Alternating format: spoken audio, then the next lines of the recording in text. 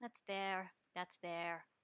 I guess I probably won't really bother with an intro then. Just be like, actually, it's a good question. Like, have any of you guys ever like followed a Twitch streamer and then like found them the second they go live, and then like they're sort of waiting for people to show up?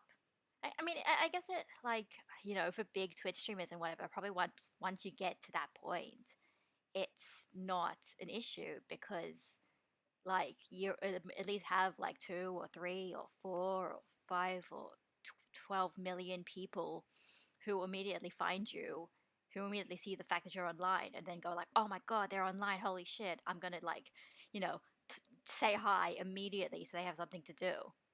I mean, then again, it's like I haven't streamed, like I didn't even know I hadn't streamed for like 4 months, or probably less, because I realized there was a 428 stream that I didn't save, but at least like 2 months. So maybe also that it's like people aren't on Twitch. I don't know. Anyway, it doesn't really matter. None of this actually matters. It's just me thinking about things and seeing if anyone's actually. Ah, there we go. Ozymandias. Hot diggity damn, you're alive. I am alive. I don't know. Like, in all honesty, I was like, I kept saying, oh, this, like, I just had a major procrastination bug. I was just like, this week I'm going to stream, or this week I'm going to stream, this week I'm going to do the stream. And every time I'm just like, it's too late, or, I don't know if I really want to. I don't know if I'm up to it.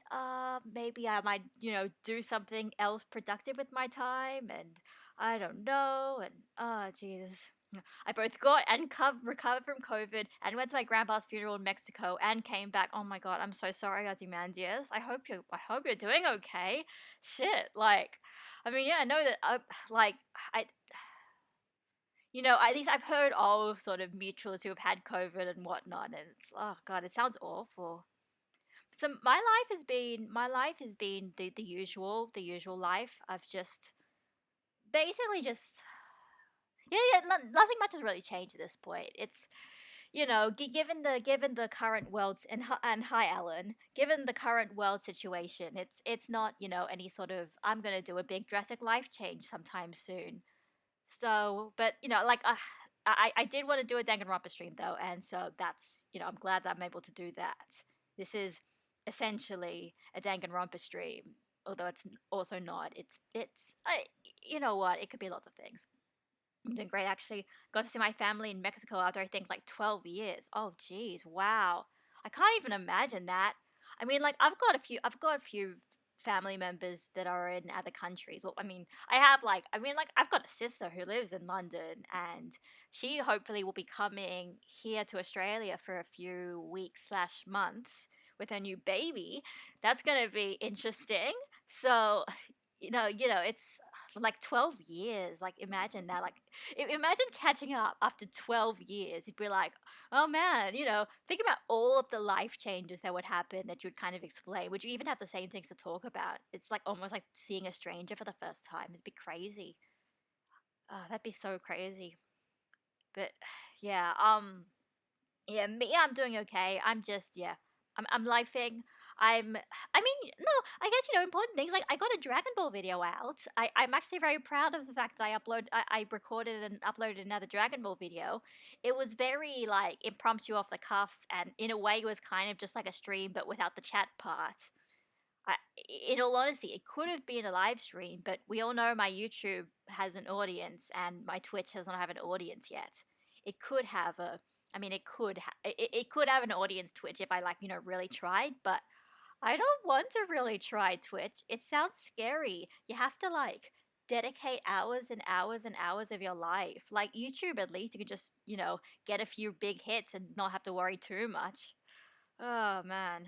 But so yeah, I have that, and people are like, "Oh my god, it's so great to see your videos again." And I'm like, like that's just so nice. The fact that people legitimately are like, "Oh my god, Gabby's content. Yeah, I've been waiting for Gabby's content." Like that's the kind of stuff where I'm like, okay, you know what, my life, whatever. Screw anything that's happening in my life. The fact is, I can do things that really are not that difficult that other people get a lot of enjoyment out of. Like that's really cool. I want to go to Moldova, where my mom is from, visit where my grandparents grew up. Oh, Moldova. That's cool. That's pretty cool. I mean, I've got no idea what Moldova's like, but I'm not the I'd say I'm not the most traveling the most well traveled person, but I'm probably more well traveled than most people in America, given that you guys seem to like not even leave the country normally, and like half of you don't even have passports because you don't need to leave the country.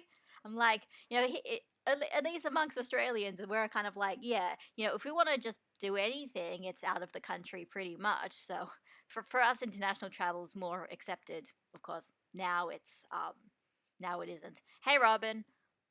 Moldova is basically Romania's little Robin, little brother. God damn it, little brother. Sorry, I saw Robin was here and I got confused. And anyway, okay, all right. So it's like in that area. That makes sense. Yeah, that makes sense. Anyway, so I guess people are here. Might as well explain. I'm the whole reason this is a Australians plural and I show up. Well, that as well, but what was I gonna say? Oh yeah, so the point of this stream is, well, besides the fact that I can't stop thinking about Danganronpa, and I need like if like I literally just need an outlet to talk about Danganronpa, or else I'm going to explode. You know what it's like, right? When you get into something and then like you don't know anybody in real life or who is able to voice chat that talk about it, and then you're just like, oh no, you've got all these thoughts and you can't do it, and you can't speak them to anyone. So this is basically that, and also I want to read Danganronpa Zero again. I read and by Danganronpa Zero I mean the PDF translation version of it. I read the beginning of it. I no, I read some of it and then I was kind of skimming through it because I just sort of wanted to see what the plot was. I kind of didn't really care too much about the actual writing, but now like I'm more hardcore invested into it. Now I'm actually interested in the writing. So, speaking of dragons, I beat Yakuza 7, easily the best game by far and actually a fantastic starting point. Is that the one that's just called Yakuza Like a Dragon? That one? That new one? Because, yeah. I know all of my friends keep telling me I need to play Yakuza, so I need to do that one day, definitely. I just like it's on my backlog. I mean, like I'll tell you my I mean, like my current Steam backlog right now is finishing Persona 4 Golden. I beat the final boss. I just like have to do all the ridiculously long epilogue stuff.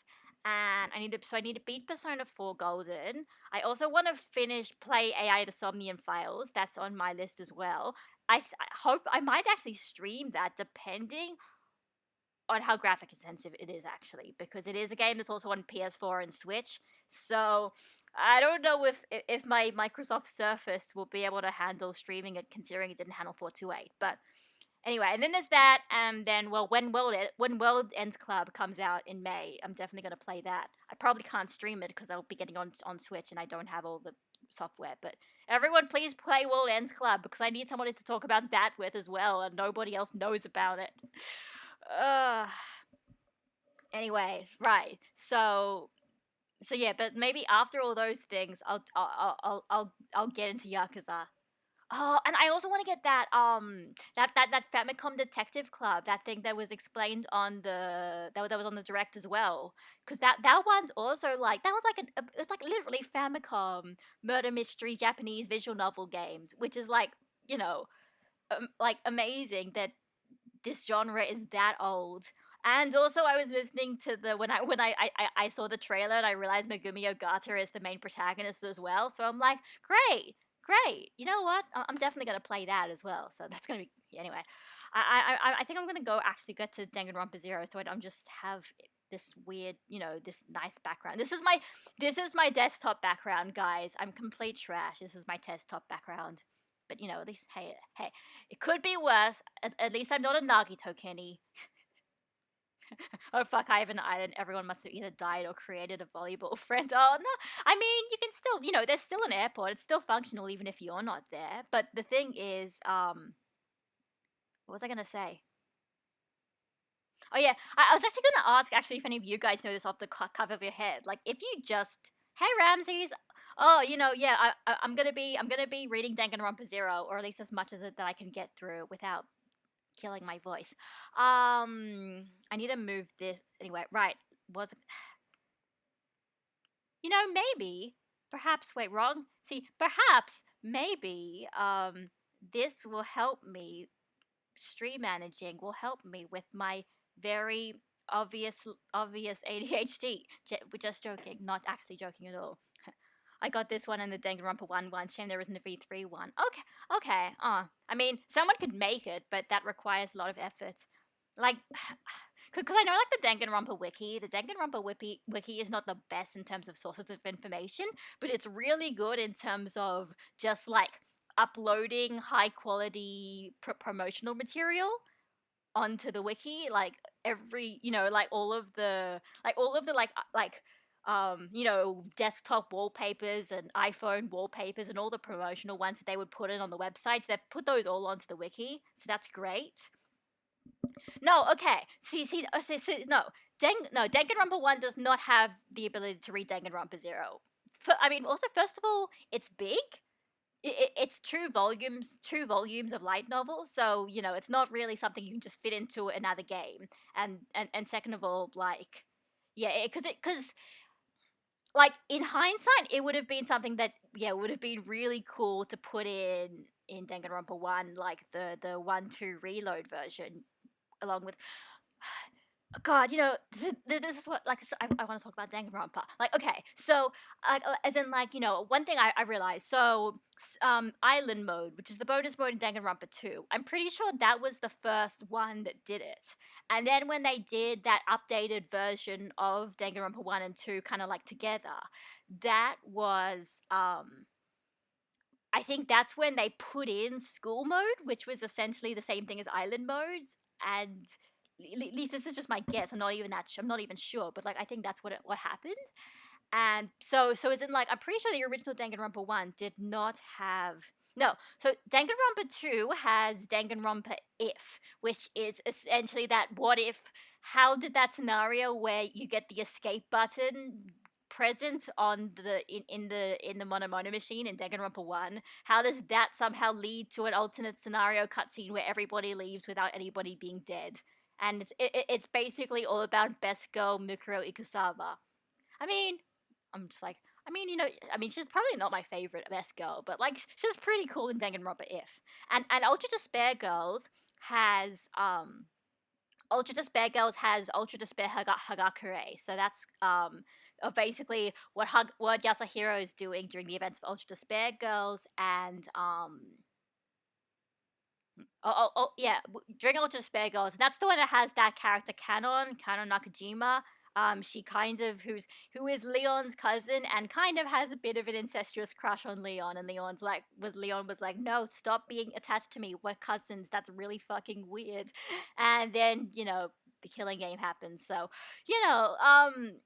I'll be honest. When I heard that synopsis, I thought the story was going to be a lot worse than it actually ended up being. But yeah, because I beat Ultra Despair Girls a few months back, and I read that. So, see, Danganronpa 0, though, like, Danganronpa 0 is, like, legit plot relevant. Like, it's actually legit plot relevant. So, I want to actually read it and actually see what this is all about and all this kind of stuff. So, you can literally just copy and paste this URL or just type in, how do you read Danganronpa 0? Because this thing is literally just on a Google Drive that's just everyone's allowed to view it, which is very nice of whoever translated it. So there's a few, like, translation notes. It's not perfect. It's probably, it's basically like a scanlation. But let's do it. Let's actually do it. I mean, I could link it. Yeah, that's true. Actually, yeah, I can, because I can just do this. Because I've just got it open. I'm just like, oh, that sounds difficult. But no, I've got the chat open on another tab, like this. See, the problem is, the problem is I can't, because I only have one screen. So if I open this, I can't really open my stream manager. I don't really see what my stream manager's doing there. But anyway, so Danganronpa 0 is one tab, chat is the other tab. What's the deal with 0? Okay, well, the deal with 0, it literally takes place before the events of Danganronpa 1, and it's kind of the lead up to it. So, but okay, I think they've actually, like, people have thought about it, and it's like, I think the events of Danganronpa 0 happened between episode 10 and episode 11 of Despair Arc, DR3, something along those lines. I don't know exactly, but, like, there is a point where Danganronpa 0 fits into it. Anyway, I guess let's start. Uh, bring that chat open. Volume 1, Chapter 1. So yeah, it's two light novel volumes, so. Junko and Oshima despaired. Everything turned out just the way she expected. Everything turned out just the way she hoped, and so she despaired. Huh? Is it really that easy? Magma like heat boiled up deep inside her stomach, gradually swelled inside her body, and exploded when it reached her chest. The explosion escaped her heart and reached every muscle in her body, bringing her to a complete standstill. The sound of splashing water came from the muddy pool she stood in, as droplets of water danced through the air. Oh, good night, Alan. On closer examination, one could notice the water was red. As soon as her body stopped moving, the red droplets of water came raining down, making grotesque patterns on her clothes and skin. Her clothes painted deep red with blood. Her skin painted deep red with blood. Her face painted deep red with blood. Nevertheless, none of this caught her attention.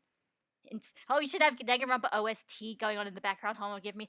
Okay, maybe you could ask me about this actually, because like I was thinking about that. That could be cool, but the problem is like, I mean, all I can think of is like, having a YouTube open or something that has Danganronpa music, but issues would be like, I don't have YouTube Red or anything, so it would probably like, sometimes there'd be ads, and so I'd have to like go back and stop the ads from playing. And yeah, the other thing, that whole copyright thing. I don't know how the whole the Twitch automated background this is copyright infringement works, so I kind of don't want to risk it yet. I'll probably ask some people more later on. Anyway. Instead, she started tapping her foot impatiently. It was a magnificent tap. She put every bit of strength, body, and soul she had into it, her entire existence. And then, after tapping for a while, Junko and Oshima let out an annoyed yell, as fierce as the roar of a feverish, rampaging beast. Yeah, exactly. If they can mute Metallica, they can mute anyone. But that's not enough! Her scream echoed through her surroundings, the noise pouring out as if it was a rock shattering into pieces. But she wasn't done. She continued to scream, "More! More! I need better, even better despair inducing despair!" She continued tapping her foot intensely. Despair inducing despair. That was what she was after. She wanted not only for the world to spare, but also for despair worthy of her own self. Copyright does not activate for game soundtracks unless made by a band, so like the credits for DR1 and 2. Okay. Huh. I was like, okay, no, you know what? I'll open. I'm just like, I'll open YouTube on this tab, but it'll probably, if I just like if I just like go to YouTube and just like,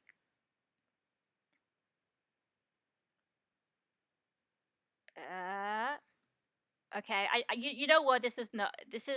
I think my computer is not happy about this idea of streaming and playing videos at the same time. I don't think it likes it, so I'm just I'll I'm not gonna risk it. Uh oh, okay. Although you could click that. If I click that, thank you for the link, Ozymandias. Uh, Our Beautiful Dead, nice. So let's see what does OBS do if I do that. Oh yeah, it just shows that. Ah, thank you. It's 30 minutes. Oh, that's awesome. Thanks, Ozymandias. Uh, ah, that's loud.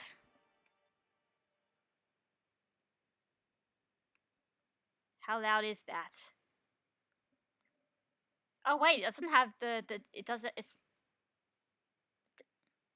hang on.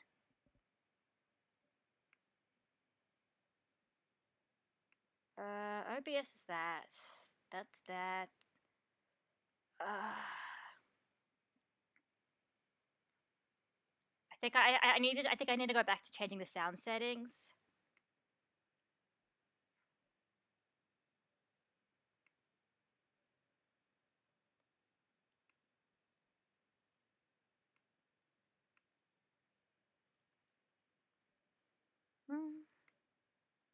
This is good music for DR0. Thanks for this. Do do do.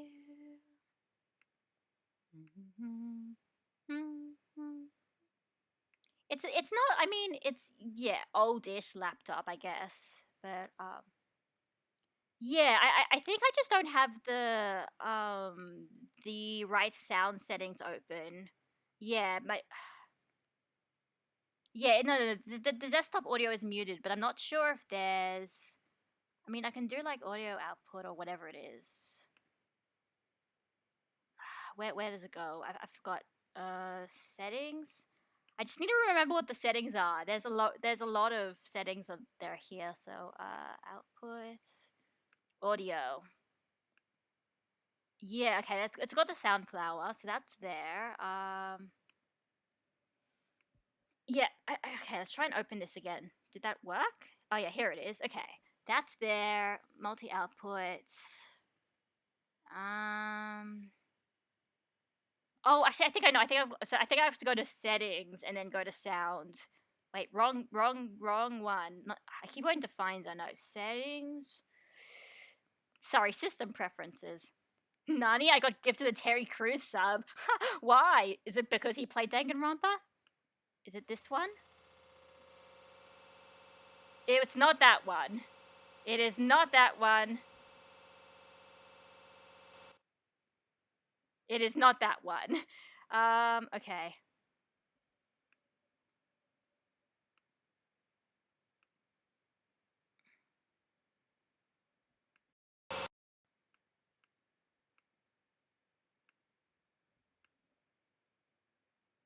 It's definitely not that. You don't want to know. I don't know what it is either.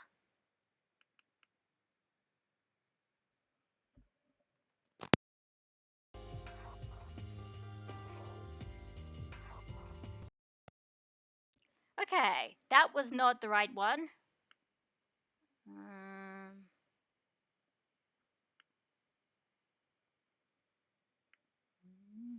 Let's see. I know. I moved the. No, the problem. Okay, no, as in I just forgot what the setting is supposed to be. I know what the setting is. It's just. Oh, is it working? Really? No. Okay. Oh yeah, no, because that was. Hang on. If I do that again.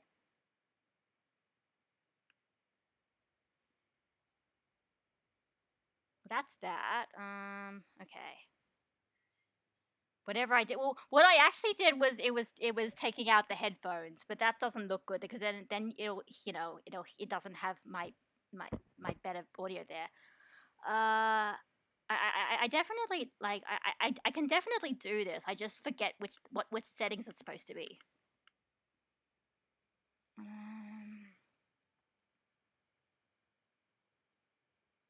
Do do do. Um. Mm, hmm.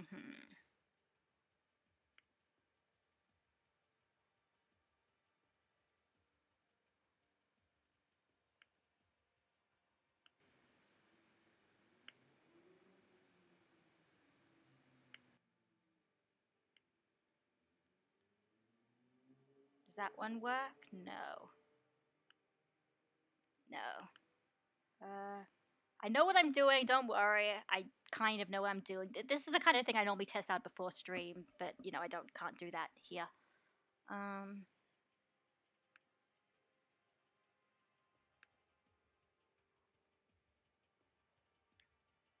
that's the aggregate device. Yeah, that should work. External microphone.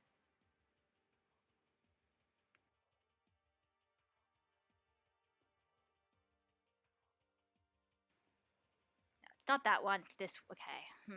Input.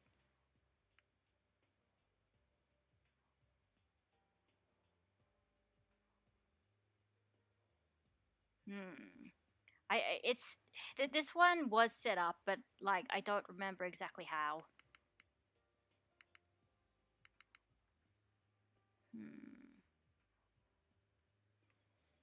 I'm just fiddling with settings at this point, and hoping that. Hey, the Gimster. Right now I'm trying to figure out how to.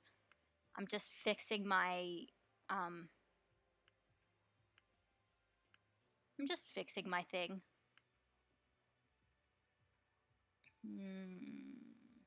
Mike stats. Like it should be fine. I just forgot which one it is. Is it working? What? I didn't do anything. I can't see anything showing up on desktop audio. Oh, wait, no. Yeah, that work is working. The hell? I legitimately do. Oh, I think okay, yeah. I know why. I know what was going on. Yeah. Cool. That's all working. All right, tell me how the mix goes. Is the music too loud or not?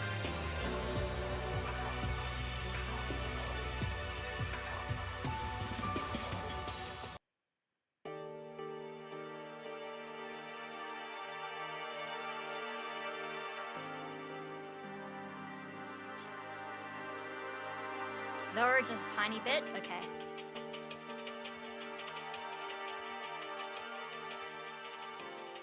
There we go, how's that? Yay, thanks for bearing with me there guys.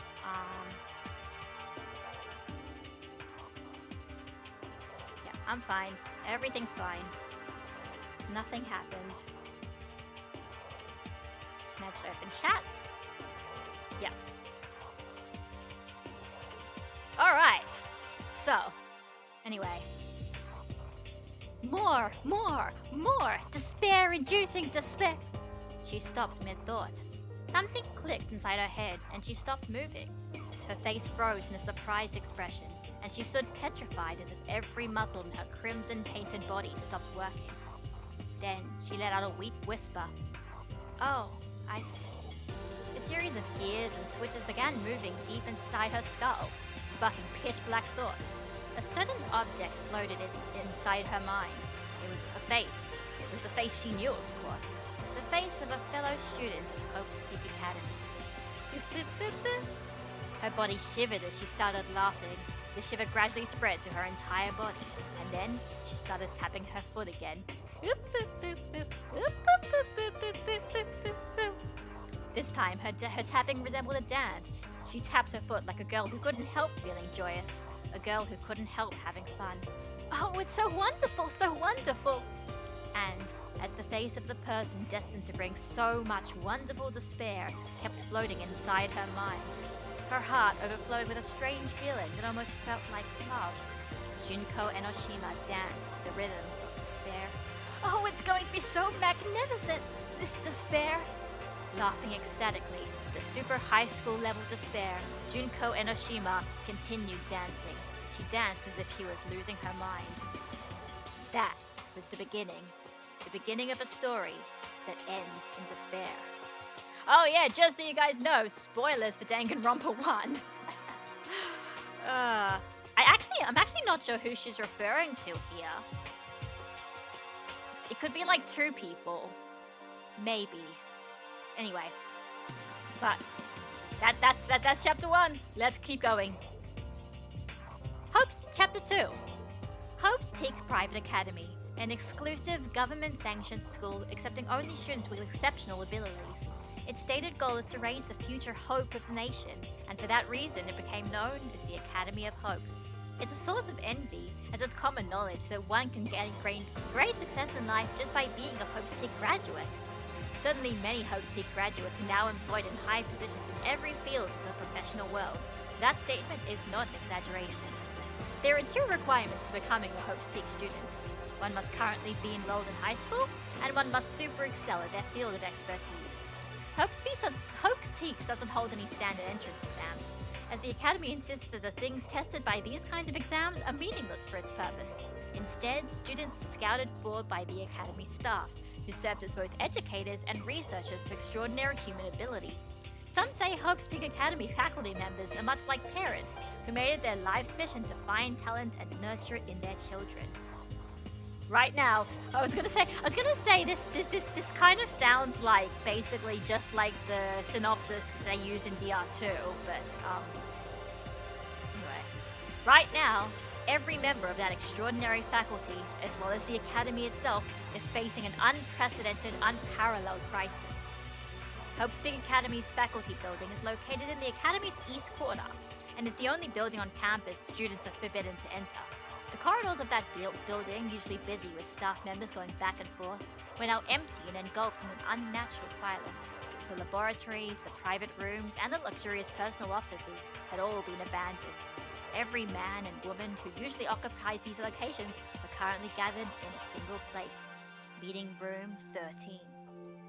Hope's Peak Academy's largest meeting room is located on the top floor of the faculty building and has a maximum capacity of over 300. Nevertheless, with every single faculty member attending, it was fully packed. Not a single empty seat remained next to the long tables lined across the room.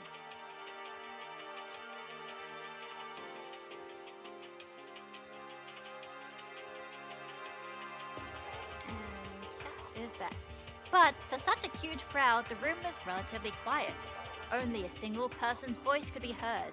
The voice of Hope's Peak Academy's headmaster, Jin Kirigiri.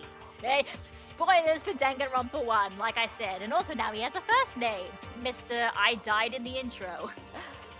He faced the assembled faculty members from his position at the foremost table, and read from a printout he held in his hands. He spoke in an unaffected tone of voice, a blank expression on his face. The words printed on the paper came out of his mouth as if he was nothing more than an automaton reading them out. Hi, sorry Hikaru, I'm reading Danganronpa 0. Have you read it? I mean, I've read it before, but I'm reading it again, but like properly this time and not just skimming for the bits that are plot relevant. As far as Kirigiri was concerned, that was his most important duty. It didn't matter how out of the ordinary the subject on hand was. No, he didn't have any time to waste faced with the current state of confusion and unanswered questions. If they had time, there are much more important things they should have been doing. Did you watch the direct by chance? I did. Yeah, I did watch the direct. I'm excited for some of the stuff there. A voice suddenly rose from the crowd. Are you saying we're going to cover it up? Kirigiri raised his head and saw 300 people staring at him intently, waiting for a response. It wasn't a piercing stare. It was much more uncomfortable than that. 300 people stared at him as if they were one entity, and Kirigiri felt every hair on his body tingling. He turned his head towards the 4 people sitting to his right, trying to escape the stare. They were stationed on the same frontmost table he was, their faces unusually wrinkled. Their eyes were closed, making those wrinkly faces even wrinklier. From Kirigiri's position, it almost looked like the 4 faces in front of him was one giant, huge wrinkle. Oh, the best Danganronpa one to start with, to play the first game, so Danganronpa Trigger Happy Havoc. Yeah. And you can ask questions. I'm still looking at chat, so it's fine. The 4 members of Hope's Peak Academy steering committee looked as if they were about to give up. An unintentional bitter smile appeared on Kirigiri's face. So that's how it's gonna be. Oh well.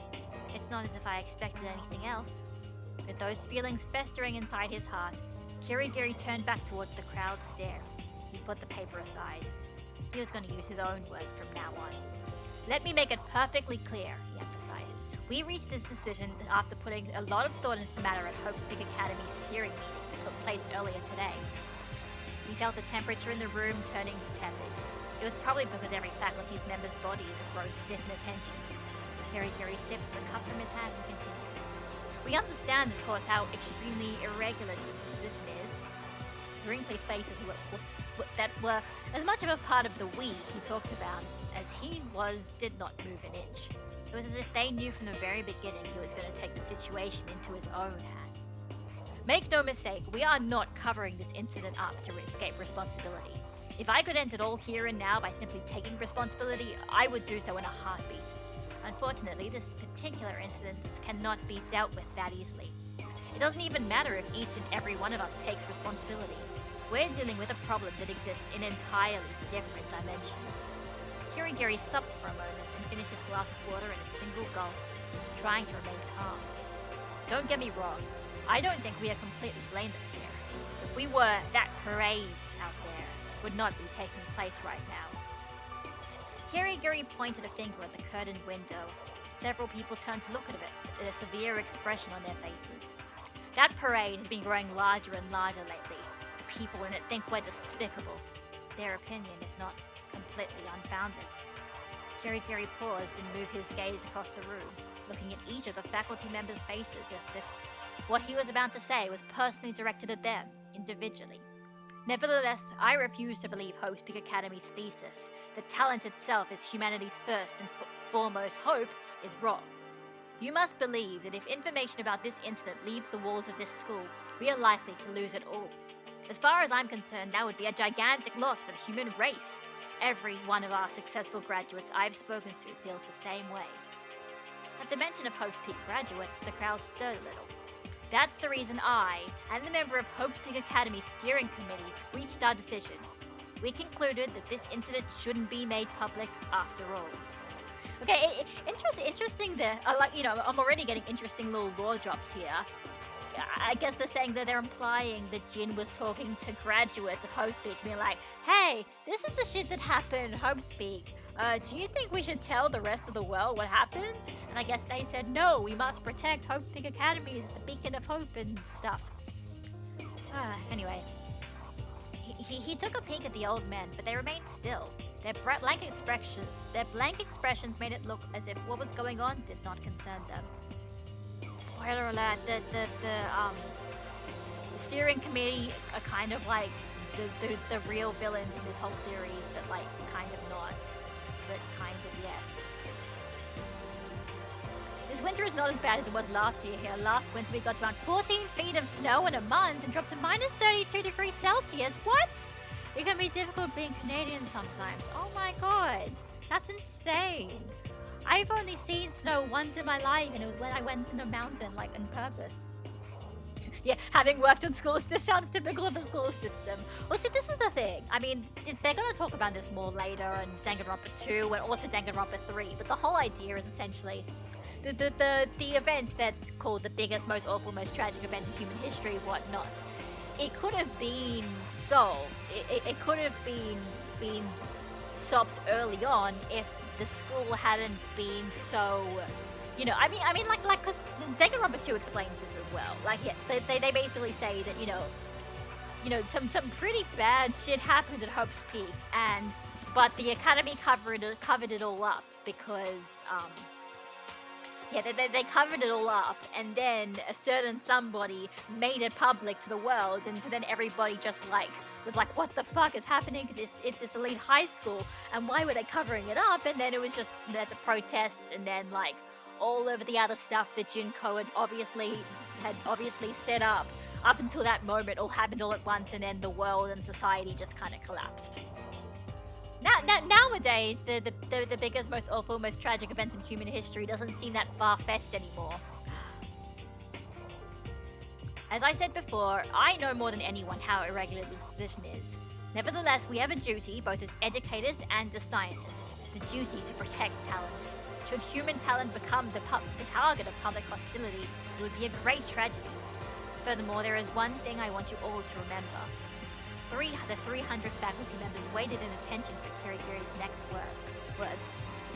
The crimes committed may be terrible, but it doesn't change the fact that a student carries this...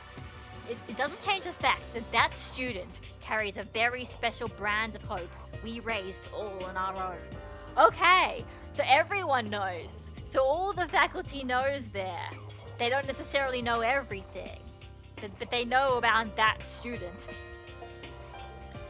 The color of the faculty's eyes changed in an instant. They did not stir anymore. Everyone sat in complete silence. No one objected. No one could object. His words were narrow-minded, but they reflected the opinions of everyone in the room. They were all acting as both educators and as scientists, researching human talent. And just like any other scientist becoming obsessed with their area of research, the staff of Hope's Peak Academy were obsessed with talent. Anyone who did not share that obsession did not belong at Hope's Peak. That's why they listened to Kirigiri's words and made their decision. They had to protect their thesis. They had to protect the future they believed in. They had to protect the hope they believed in. And so, they would do their best to cover up the worst incident in Hope's Peak Academy's history. Which I think is also called, Hope's Big Academy's biggest, most tragic event, or something like along those lines. It's since this is like a fan translation. I think this was before Danganronpa 2 came out, so the wording's a little bit different, but essentially, because you guys have all, you've all played Danganronpa 2, so although this is, I guess I shouldn't like spoil it because, like I said, this came out before Danganronpa 2, so yeah, no, you don't like. As you read through the novel, that's when you find out what the worst incident in Hope's Academy's history is. And, of course, all of us it explains it in Danganronpa 2 afterwards, where it's essentially that 13 members of Hope's Academy Student Council were murdered by Izuru Kamakura. Who is Izuru Kamakura? Well, this doesn't... I actually want to see exactly how much Danganronpa 0 says about him, because I'm curious. Or them. But anyway, let's go to chapter 3. A yellow cat peeked out from the thicket to the side of the pavement. It slowly stepped out of the swaying grass and into the road, waving its long tail as it turned its eyes in anticipation towards me. But its expression soon turned to alertness, and then to fear. The cat, having seen me skipping merrily down the road towards it, must have thought I was about to trample it. It escaped back to the bushes in panic. But I didn't care at all. I bathed in the light of the hot sun, let the wind flutter my skirt, and continued my obscene nary skip onwards down the road. I was in Hope's Big Academy's eastern quarter, near the courtyard. Many newly built facilities were lined up all around me, as well as several that were still under construction. As I skipped down the road that twisted between them, I took no special notice of any dirty cats or of my classmates, studying and fraternizing all around, nor did I derive any happiness from the light touch of the sun after a long stay indoors. No, I skipped down the road with nothing but my destination on my mind. Not that I'm the kind of girl who'd go skipping around thoughtlessly. I had a reason. I'm going to meet the boy I like best in the world. That said, my reason may have been a good one, but no student in their right mind should go skipping down the road on a campus of school as high a pedigree as Hope's Big Academy. Therefore, it wasn't surprising that other students who happened to walk by looked at me oddly, but that really has nothing to do with me. Nothing in the world could stop my skipping. Not a crying girl, not a couple fighting, not a student in a wheelchair that has come to a standstill, not even an anemic student who has fallen down. One thought alone moved my body. I want to meet him. I love him so much. I skipped so obscenely that no one would probably find it surprising if I suddenly sprouted wings and flew up towards the sky. I continued down the road, but... I suddenly came to a stop. Which way should I go? I looked around in confusion and realized I didn't recognize any of the landmarks around me. My heart started beating loudly. No, everything's fine. I calmed myself down and removed a notebook from the backpack I was wearing. On the back page of the notebook, the following sentence was written. You're looking for the neurology lab on the 3rd floor of the biology building in Hope's Big Academy's eastern quarter. I felt a refreshing wind of relief pass through my body. Yeah, that's right, the biology building.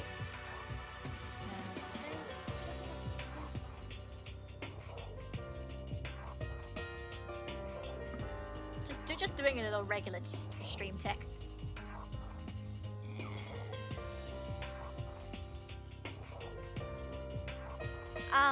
But where is the biology building anyway? My heart went noisy once more. Everything's fine, no need to worry. I nervously flipped through the notebook as if acting on instinct, and my eyes stopped on a page with a crude drawing of a map. Above it, the following is written. This is a diagram of Hope's Big Academy's eastern quarter. Well done, me! Without thinking, I struck a victory pose. Soon I was standing on the raised edge of the fountain that decorated the center of the courtyard, comparing the buildings around me with a map. Literature building, science building, physics building, art building, math building, PE building, linguistics building, staff building. As cold droplets from the fountain kept hitting my thighs, I looked at my destination, the biology building, as if I've never visited it before. It's right over there. I finally found the square building, identified by its light green walls. It looked exactly like the note about that biology building in my notebook described it. Right! I jumped down a fountain's edge and started running. Some of the boys in the area looked at me in surprise. Maybe my skirt flew up for a second there during my vigorous leap, but that really has nothing to do with me. Anyway, I must reach my destination before I forget. My ferocious dash led me inside the biology building. where I soon discovered a flight of stairs at the back of the lobby. I didn't lose momentum for even a second as I ran up the stairs to the 3rd floor. When I reached it, I ran down the corridor, checking the signs next to the door on the walls. Finally, at the very end, I found the sign that read Neurology Lab. I hastily stopped in my tracks. After a quick, deep breath, I checked my hair and my smile in a hand mirror.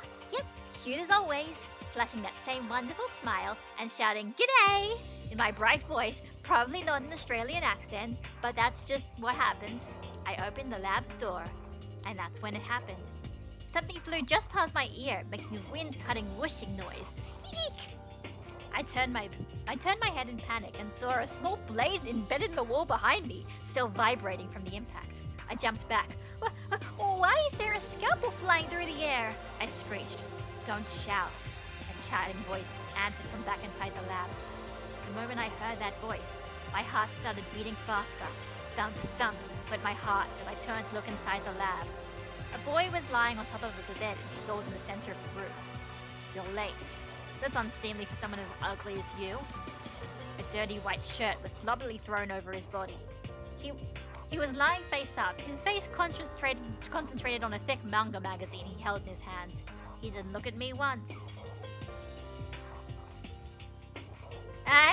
Okay, this is probably just there. So being like, okay, so this is our protagonist, and this is the guy who's reading a manga magazine. Don't worry, we'll find out who their names are later. You know, the girl's cute. The guy's a bit messy, but people will probably find him hot. You're also too loud for someone as ugly as you. Speaking of, someone as ugly as you being scared of flying scalpels is weird too. Oh, wait a second! I stopped him, my voice showing signs of panic. I could report you for discrimination if you keep calling me ugly, you know. Who are you gonna report me to? The National Japanese Ugly People Association? That kind of association would be guilty of discrimination just by existing. The manga-reading boy who kept calling me ugly was the person in charge of his neurology lab, the doctor in charge of my treatment, my childhood friend, the boy I like most in the world. He's the super high school level neurologist, Yasuke Matsuda, I think. Oh, I see. You're a member of that... Wait, hang on. I'm trying to figure out who's speaking here. Oh no, okay, no, it's Yasuke, yep. Oh, I see. You're a member of that association, aren't you? Is that why you're so angry? I'm not even ugly! On second thought, you're right. You aren't ugly. My chest swelled in pride and I flashed a complacent smile. Yep, that's right. I even checked in my mirror just now and super ugly. Super ugly? My shock was considerable, but it didn't take me long to recover and up with a sharp response. Liar, I'm not super ugly. If anything, I'm world-class cute. Matsuda-kun continued to ignore the fuss I was making, his eyes never leaving the magazine. I don't care what the world thinks. Ugliness is subjective, and I am free to make my own judgment, he said, as if the matter of him didn't concern him at all. So tell me where you think I'm ugly. I'll go fix it up in surgery, I said in desperation. Is it my eyes? My nose? Maybe my mouth? How about my eyebrows? You forgot to mention your heart. But I can't fix my heart in surgery. Is that so? Poor you. Honestly, you're beyond help. Both your face and your brain aren't any good. I think you can have some success if you make yourself an object of sympathy, though. Go and stand in front of a train station and beg for change or something. I'm sure you'll make lots of money. I dropped my shoulders, crestfallen. Then I let my hand drop towards the floor and my body drooped limply. I was beaten up. By the way, who are you? Wait, hang on. Is that... Sorry.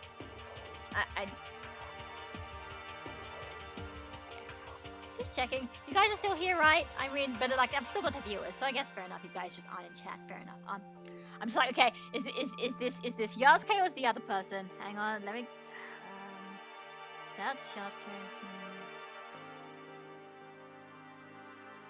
Okay, no, it is Yasuke. By the way, who are you? Huh? I raised my head in surprise at his unexpected question. I can't really tell just by the voice. Are you saying you didn't know who you were talking to until now? It's your fault. You never told me who you were. I didn't, but you can recognize me by my look, can't you? See, it's me. I don't have time to look at you, said Matsuda-kun, still absorbed in his book. I just got to the interesting part. I'm here, just some Canadian. Don't have time? Isn't that just a manga magazine? So what? If you're gonna ask what's more important, me or the manga, the answer's the same as always. It's the manga. I see. If the answer's the same as always, that means manga was always more important to you than me. Oh, that's cruel. I didn't want to know that. It's a fine observation, but please answer the question. Okay. Pressured, I took the notebook out of my backpack once more and observed its front cover. Ryoko Otanashi's memory notebook. As soon as I saw that title, I remembered. I remembered my own name.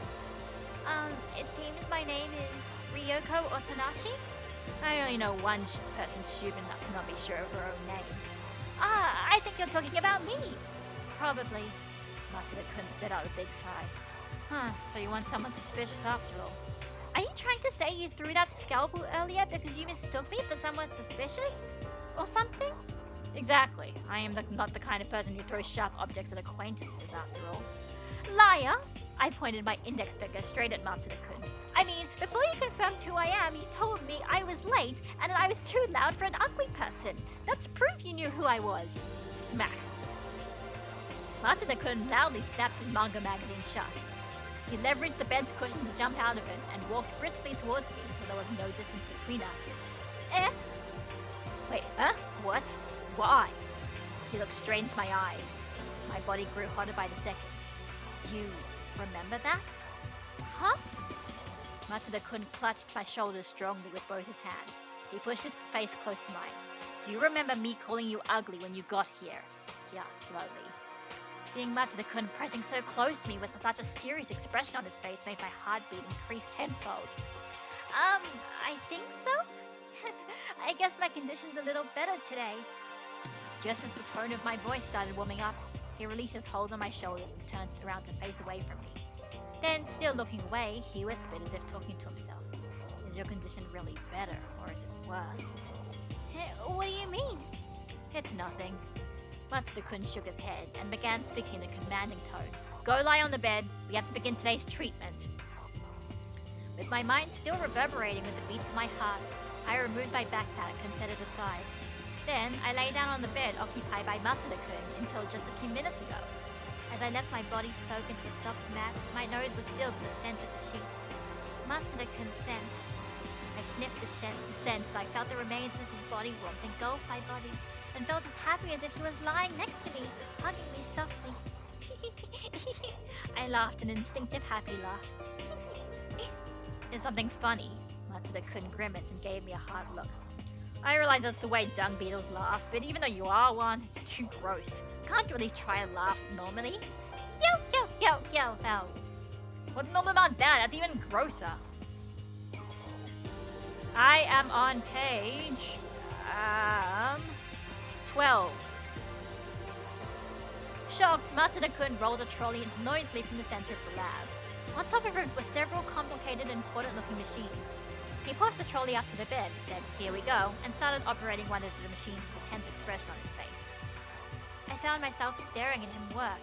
Silky soft hair, long almond eyes peeking through it, long feminine eyelashes, pointed jaw, small pale lips, long white fingers. Stop looking at me ugly, it's creepy. And a sharp tongue. That's right. That's my Matsuda-kun. I rolled over to my side and wrote a note on my notebook. You don't have to write everything down, dung beetle. But if I don't write it down, I'd forget it all. Matsuda-kun let out an exaggerated sigh. Honestly, your brain's like a bottomless bucket. A bottomless bucket. It wasn't another one of his cruel jokes. It was true. I forget everything I see and hear after a very short time. I don't know the reason. If I ever knew, I'd forgotten it. But whatever the reason may be, my forgetfulness is not normal. Of that, I'm certain. But it's not like I'm forgetting things because I want to. There's a sickness in my brain, right? I can't help it, so be nice to me. Oh, gee, that's a long bit of text there. All right, let's go. No, I don't think we can just call it sickness and be done with it. Matsuda-kun shook his head lightly. The human memory is a complicated thing, and there is much we don't know about it. It's still very much a black box. Your situation isn't just a simple sickness that can be dealt with like any other. As he explained, he stuck suction pads all over my head and my face. The cords running from the suction pads were attached to the machine on the trolley. There's a part of the human memory that we call episodic memory. It stores your personal experiences, what you see and hear. The area of the brain responsible for it is called the hippocampus. If something goes wrong there, the brain experiences difficulties in creating and storing new memories.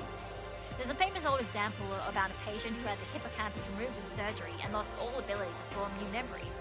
After that happened, there has been much research done about the exact role of the hippocampus in relation to memory. That said, even if your hippocampus is malfunctioning, you won't lose your ability to remember or learn procedural memory tasks such as riding a bicycle or using tools or... Yeah, you won't remember the episodes related to those tasks though. For example, you may remember how to ride a bicycle, but you won't remember how you came to ride them. That's in a nutshell. And this is where you realize that, yeah, Kodaka was definitely doing his research for this book. I see. So that's why, even though I'm very forgetful, I still know how to read and write in my notebook. Oh shit, is it over? Hang on. Oh no, it's okay. Let's start the thing from the beginning.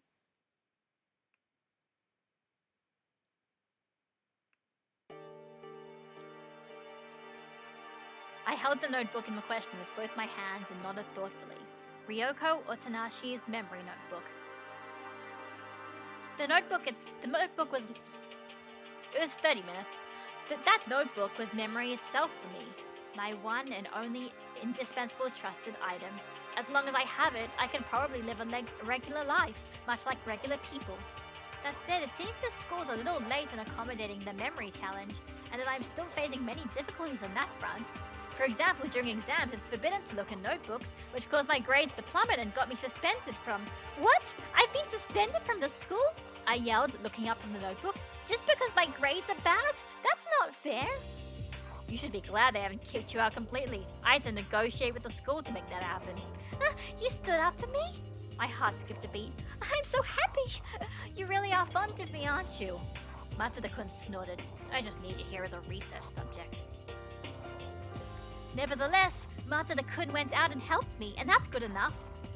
Your case seems to involve a failure in the retrieval of long-term memory. I think something went wrong with the synapses connecting the neurons somewhere in your brain, but I need more time to investigate the problem more thoroughly before I can really understand what's going on. I didn't understand most of what you said, but at least I haven't been expelled. If I get expelled now, where would I even go? I don't have anywhere to go outside this school. I've forgotten everything else. I don't even remember my family or any old friends I may or may not have. If I get expelled, I will also end up away from you, Matsuda-kun. Being separated from Matsuda-kun was the thing I feared most. My body shivered a little just speaking the words out loud. You shouldn't worry too much. Matsuda-kun turned to face me and spoke bluntly. You are a valuable research subject, and I don't plan to lose you. At least not for the moment. But you might change your mind later. I'm happy, but I have to I have to remember not to be too much of a burden from now on. Don't complain. You should be honored that you're participating in such important research. Matsuda-kun chided me, then continued his explanation. In order to understand why memory loss occurs, we need to understand the core elements of our brain's memory storage apparatus. Once we make advances in that field, it opens the doors to a wider range of possibilities, like improving the quality and longevity of human memory, or developing medicine to prevent memory loss. In the future, we might even be able to retrieve memories like we do data on a hard drive, or be able to create devices that back them up, or destroy parts of them freely. There's even research going on about that on that front abroad. They managed to erase lab rats' long-term memory by manipulating their M-zeta kinase enzyme. I see! In fact, I didn't see it all, but for the time being, I had to be agreeable. In any case, I am just super happy that I can be any help to my beloved Matsuda-kun. Your brain is empty, and so are the words it produces. You really are an empty woman. I didn't quite understand if he was serious or just making fun of me, but that's just how Matsuda-kun is. He always insisted I should take care of myself.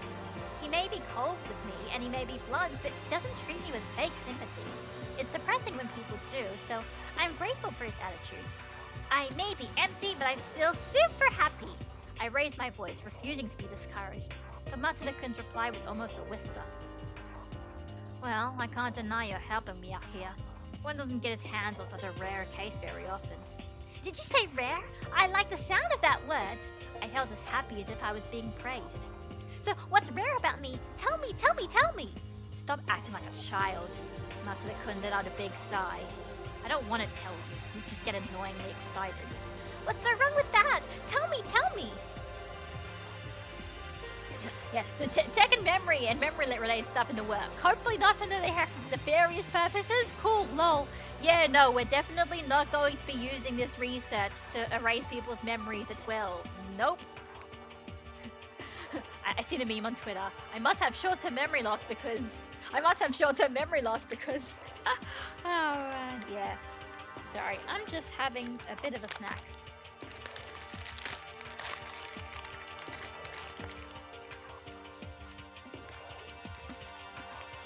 I'm just having some popcorn. I'm fine.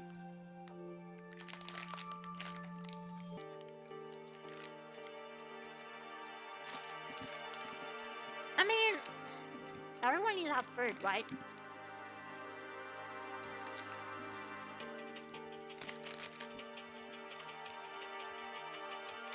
I am the most professional Twitch streamer in existence. I say, with my mouth full of food.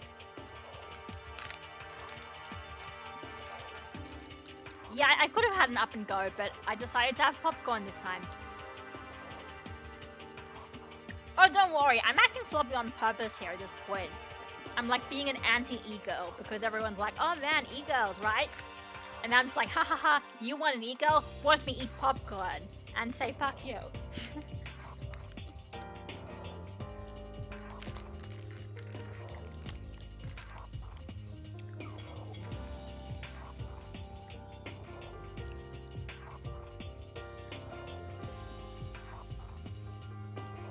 My insistence finally paid off. You don't often see someone possessing such a superb, brain-intensive talent as you do, affected by memory loss. That's why you're such a rare case. Talent? Brain-intensive? Nothing came to my mind. It's fine if you don't remember it. It was really irritating when you used your talent of yours. I'm warning you, don't ever try to use it on me. You got that, dung beetle? I didn't quite get what he meant, but his dung beetle comment stung my heart a little, so I couldn't help but nod in agreement. Well, I don't really care as long as I get to spend these intimate moments with you, Matsuda-kun. I should be thankful there's sickness in my brain. I told you, it's not really a sickness. Matsuda-kun stuck even more suction cups to my head, as if he was trying to hide my grinning face. Nevertheless, it's admirable that you can take this so easily. Your condition is no laughing matter. Shouldn't you be at least a little worried? Huh? What is there to be worried about? I mean, said Matsuda-kun in amazement. Aren't you worried whether these symptoms are ever going to go away? Huh? His words surprised me. It wasn't like Matsuda-kun at all, asking a question like that in such a serious tone. I'm not worried at all. I laughed, trying to lighten the mood. I mean, the only me I can remember is the me that is lying here on this bed at this very moment. I can't remember anything from before I lost my memory, so it's not like I have anything to compare it to. That's why I don't see my forgetfulness as a disadvantage. It's just a part of who I am. You don't see it as a disadvantage. But aren't you even worried about how this memory loss started or when it's going to end? Not at all. In fact, I'm much more worried that if I suddenly get cured, I wouldn't get to see you anymore, Matsuda-kun. The room suddenly turned quiet. After the silence continued for a while, Matsuda-kun broke it with a whisper. You don't have to worry, he said, his voice suddenly dark. I won't let this treatment end. I looked up. The face peering through the pitch-black hair was stiff, lost in thought. Matsuda-kun? As soon as I called him, he straightened and turned back to me. Oh, it's nothing. He shook his head as if trying to smooth things over. Then he returned to the machine and continued working as if nothing ever happened. Well, nothing good can come out of being too pessimistic of your symptoms. That's one case where your natural cheerfulness is actually helpful.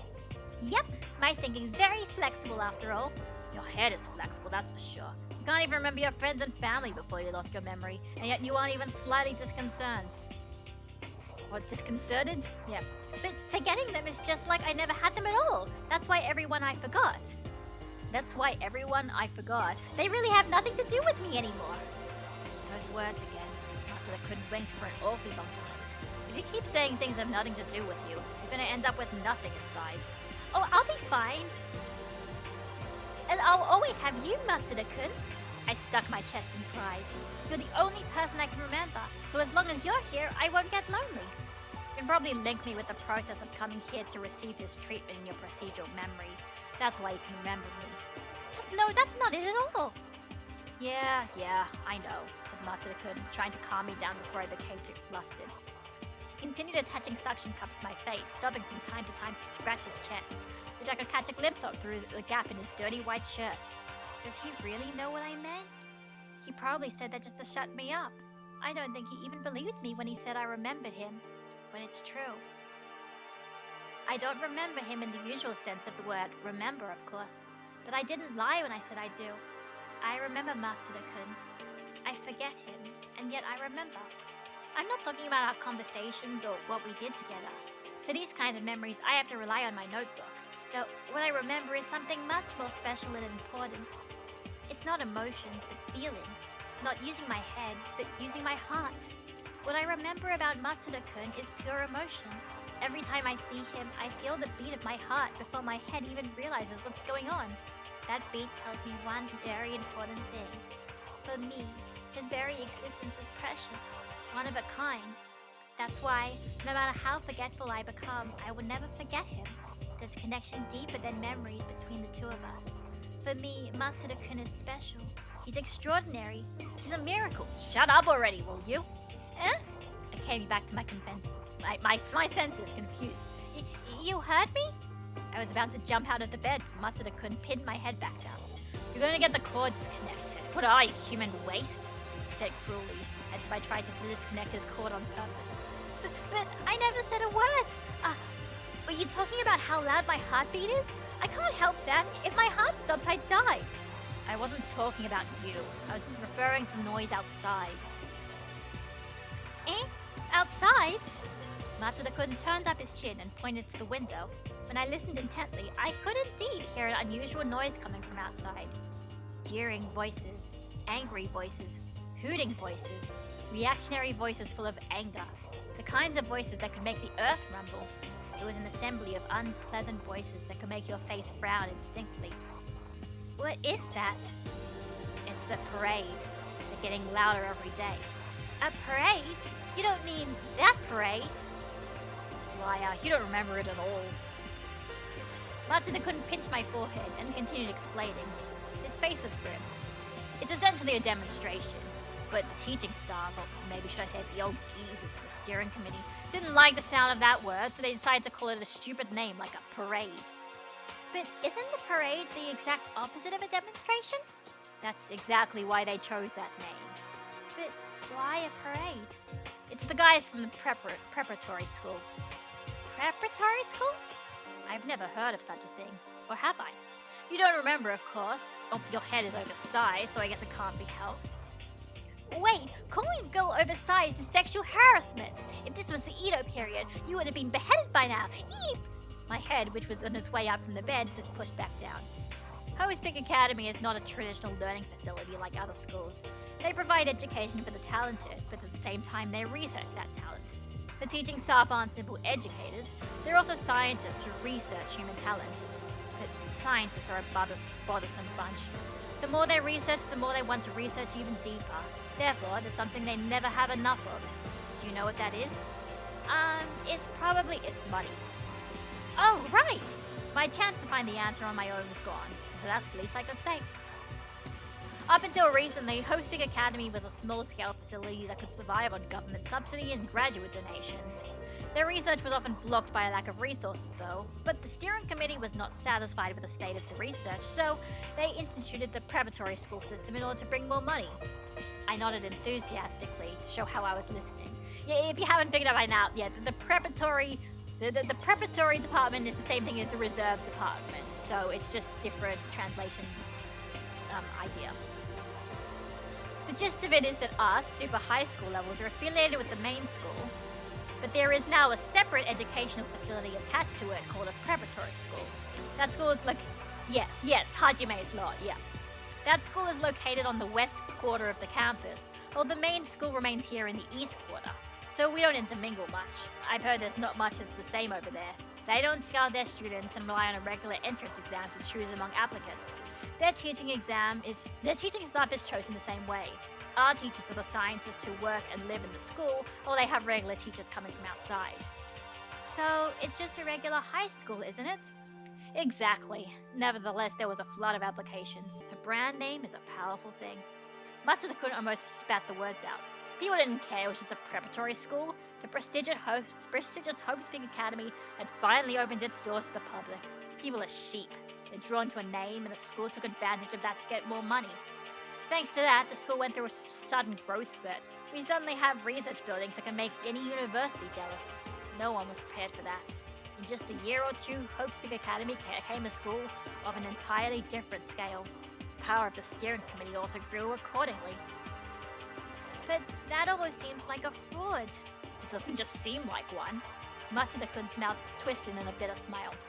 Right now, Hope Speak Academy is set up like a third world country's pyramid class system. The multitude of students in the preparatory school exist only to support the few super high school levels in the main one. It seems like they have some bogus system in place for exceptional students to transfer them in the main school, but I've never heard of anyone actually succeeding. Our teachers probably don't think any of them deserve it. Huh? That's not how educators should behave. You're right, but it's exactly how scientists do. They don't care about anything but their research subject. I'm just the same, in fact. It's just that their subject is human talent. But it's so unfair! I puffed my cheeks. Of course it is. If it wasn't, there wouldn't be any need for a demonstration, would there? Still, Matsuda-kun suddenly cut his speech short. His voice of tone changed to a cautious one. I don't think they could have set this all up on their own. This has to be the result of someone else's scheme. That's how I feel. Huh? Matsuda-kun narrowed his eyes and looked outside the window. His face was so grim that I hesitated to speak. Hey, ugly! After a short time, he turned back to me as if remembering something. Write this conversation down properly in your notebook. Don't brush it off as if it having nothing to do with you. Those preparatory school students don't think much of us. I don't think they're going to attack you or anything, but it's better to be cautious. Okay, I understand, as I replied, as I noticed the suction cup stuck to my head and my face were making it difficult to move my mouth. I need you to stay still for a while. I don't mind till you sleep. Matsuda-kun stepped away from my line of sight. But I'm not sleepy at all, I replied in an insecure voice. Matsuda-kun's voice answered from the other side of the room. I can give you sleeping pills. A dozen should probably be enough. Isn't that a lethal dose? Are you sure it's alright? As soon as my uneasiness grew ever deeper, Matsuda-kun appeared in front of me again. He was now wearing a school jacket on top of his dirty shirt. If something happens to my machines while I'm gone, you're dead. Are you going somewhere? I have a little business to take care of. Anyway, if something happens to my machines, you're dead. He was serious enough to repeat the warning twice. I wouldn't mind being killed if it's you who kills me. It'd be troublesome for me. I hate gore. I didn't think that was such a good quality for someone who studies the human brain, but I didn't say anything. In that case, if I stay here and wait like a good girl, let's go see a movie together later. A movie? Like that one. I flipped through the pages of my notebooks, searching for memories about movies. Here's one. It's about two robbers, Harry and Marv, sneaking into the McAllister household. Are you talking about Home Alone? Seems you've forgotten, but you bugged me to see it with you before, and we did. I forgot, yeah. Home Alone is canon in the Danganronpa universe, just so you know. And, this is like a fan translation. This is not a localization, so. Really?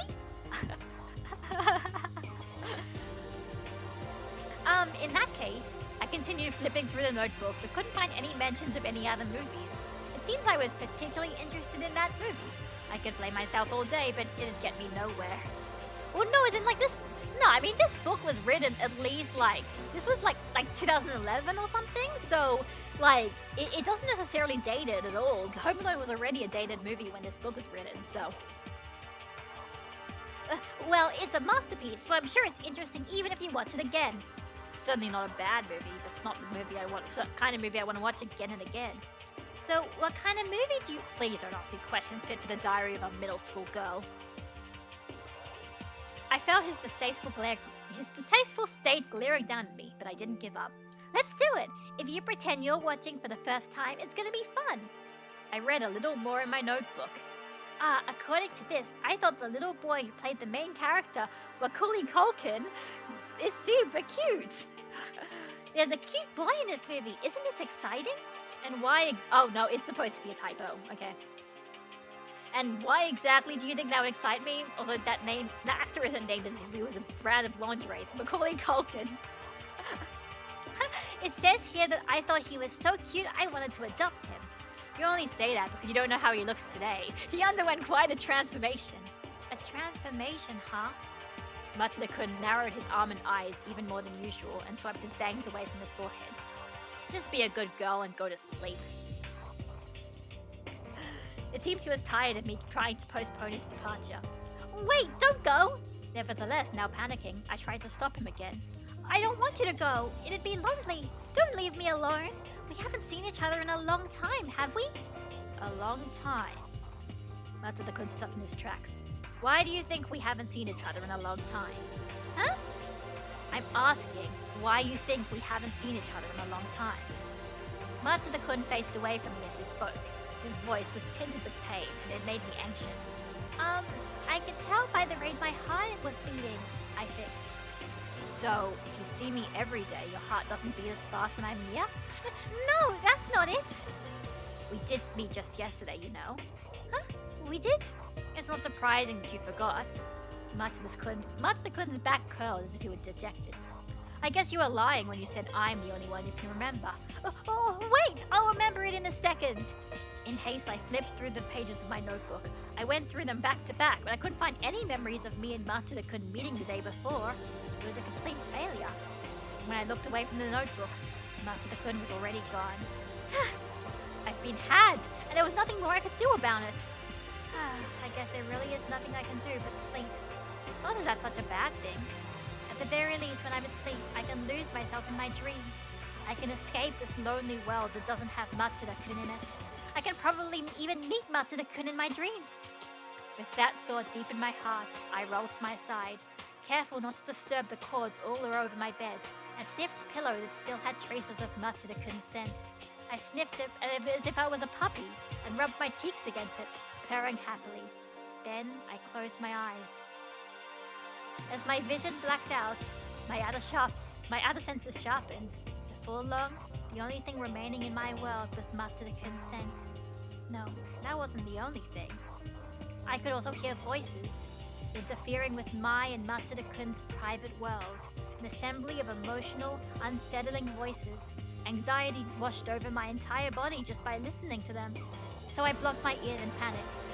It has nothing to do with me after all. Nevertheless, I couldn't sleep. I felt like my body forgot how to. I want to fall asleep. I want to sleep and tide over this world that doesn't have Matsuda-kun in it. I want to meet him again. Matsuda-kun, Matsuda-kun, Matsuda-kun, Matsuda-kun, Matsuda-kun, Matsuda-kun, Matsuda-kun. And then, as I dreamed about dreaming about Matsuda-kun, I slowly fell into a blissful sleep.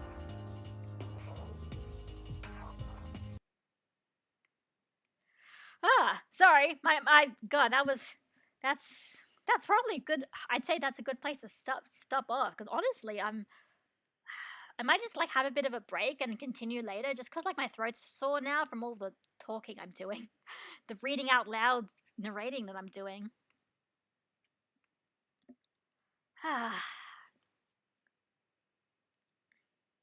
This whole part of the story reminds me of the movie 50 First Dates, just crazed, mind-twisting high school version. Oh no, I'm not going to read this in all one go. Definitely not. I can't.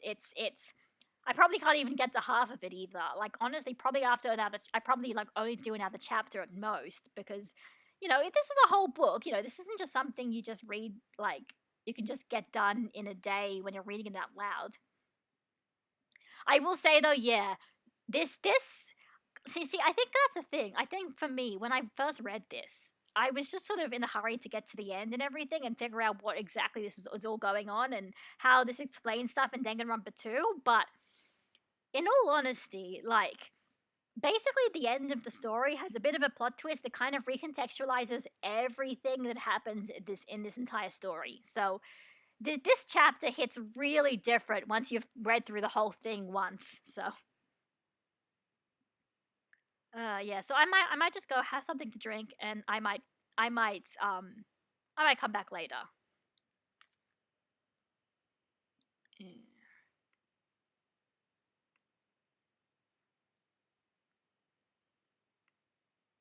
Basically, yeah. Can you read the whole thing in another 30 minutes? My request is reasonable.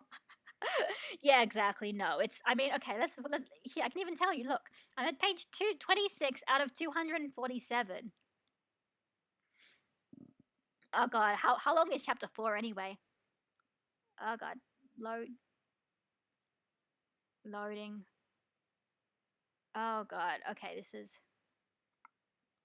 Oh no, wait, no. That's going back to Ryoko. Hang on.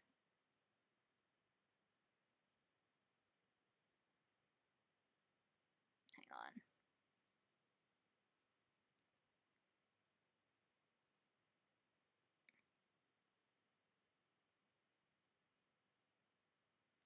Okay.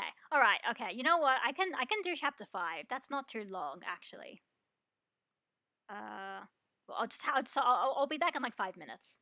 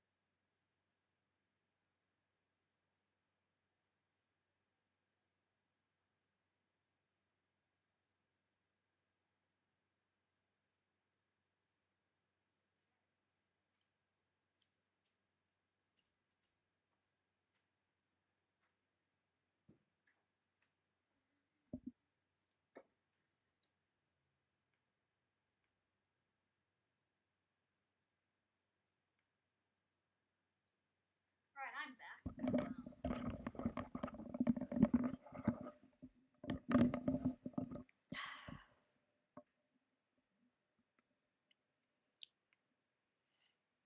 I wonder if there's any other Beautiful Dead's extended. Like, what else is extended here?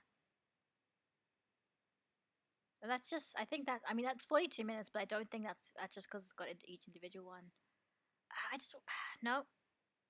Oh yeah, sure. Let's do the V3. Let's do V3. We can do that.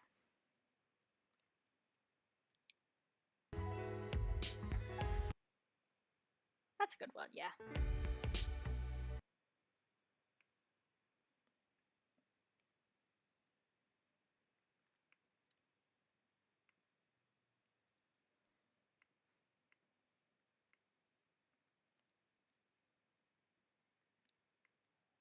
Mm.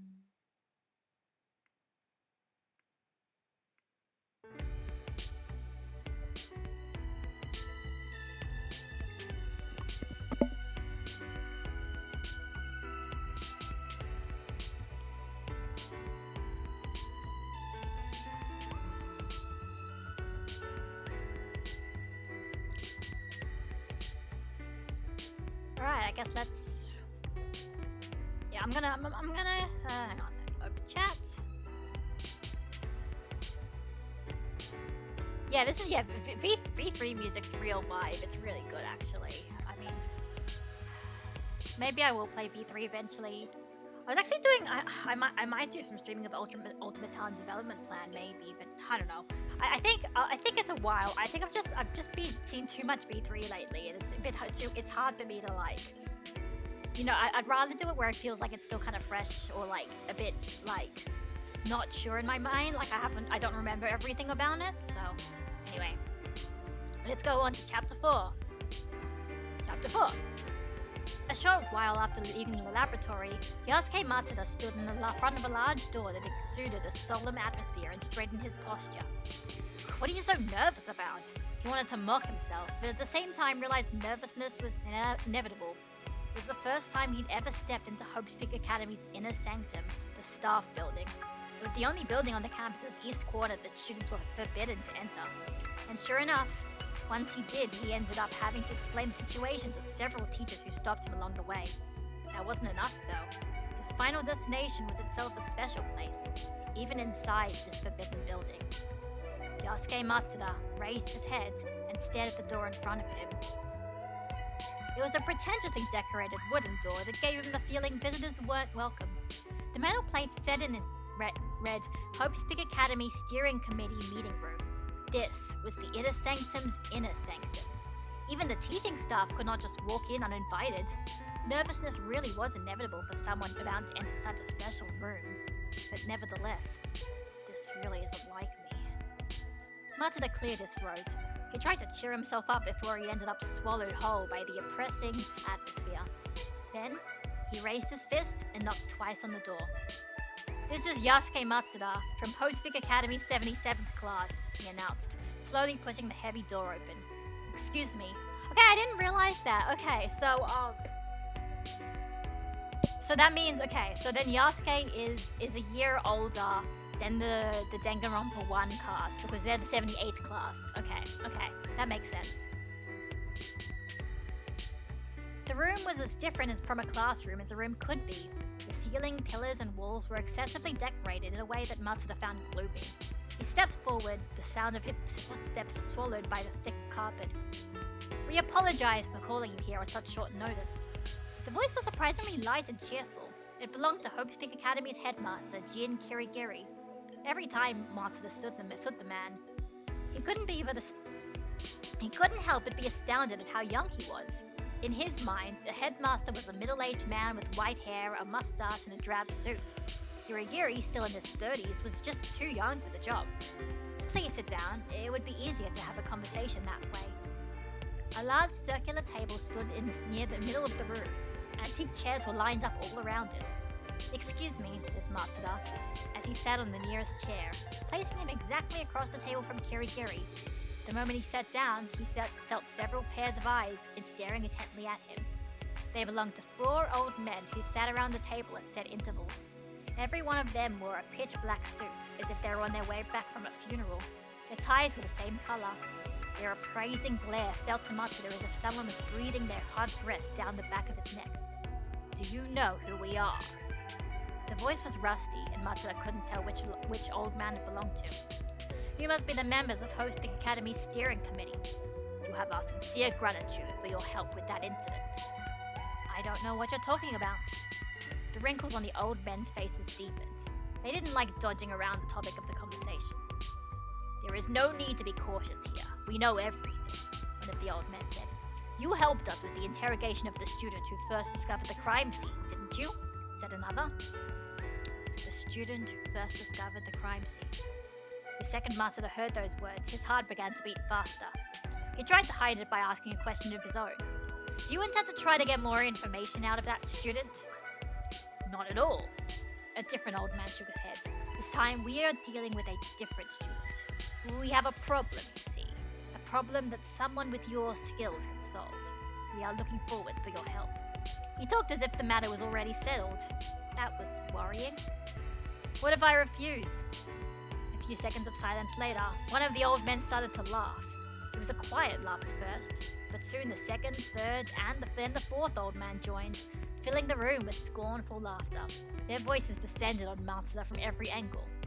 So, Matsuda-kun, the laughter suddenly stopped. Do you really believe you have a choice in the matter? The old man spoke in a condescending tone of voice. That girl you've been treating. It seems she's on temporary leave from the school, yet there aren't any signs that she's going to be cured. This time it was Matsuda's wrinkles that deepened as he frowned. What are you trying to say? You're also still a student. We can't have you wasting your time on a dunce with no hope of recovery. His words were overflowing with contempt. The way we see it, we can't keep extending a student's temporary leave when we don't even know when she'll be able to return. This faculty's purpose is to nurture talent. Those who are too much of a failure to use it should simply step down for the other student's sake. That said, if you agree to help us... Shut the fuck up, old man. What? Your dirty mouth talks too much. Woo!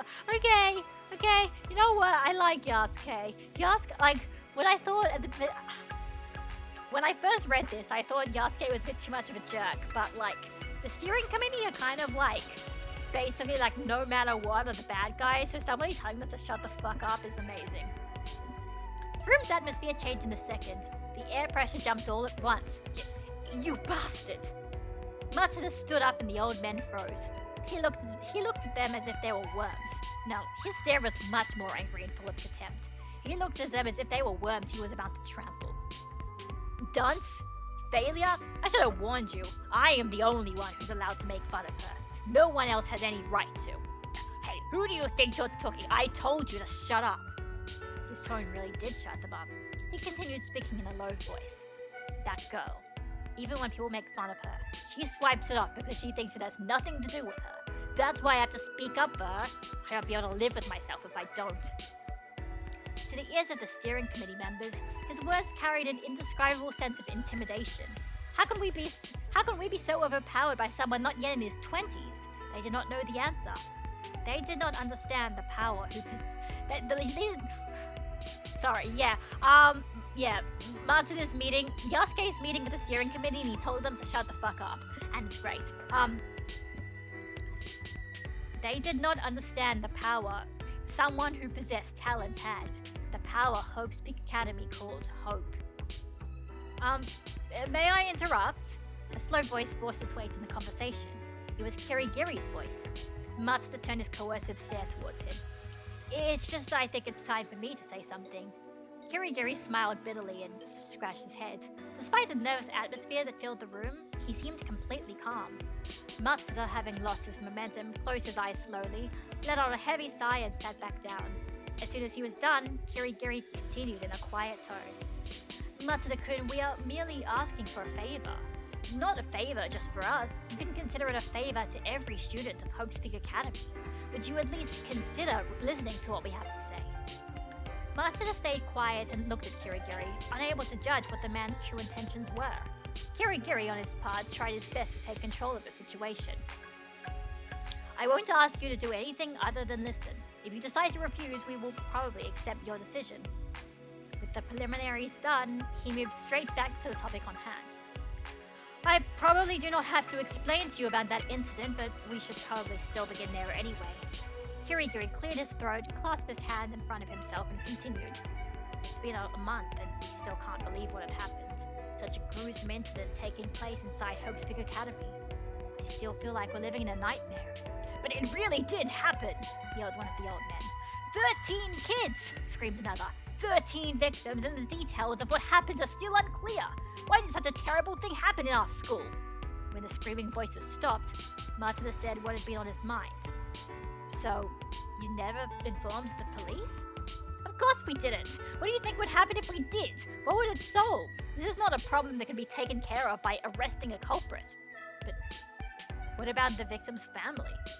We're taking care of that, yelled another man without skipping a beat. You don't have to worry about such things. Judging by the way he spoke, the academy had already taken measures for dealing with the families. They must have asked some favors from the previous graduates. Many of them rose to high positions on the strength of Hope's Peak brand. If that brand falls from grace, they will lose it all. You're right, I shouldn't have to worry about it. So what is it that you want me to do, this other student you were talking about? They must have something to do with this incident as well, right?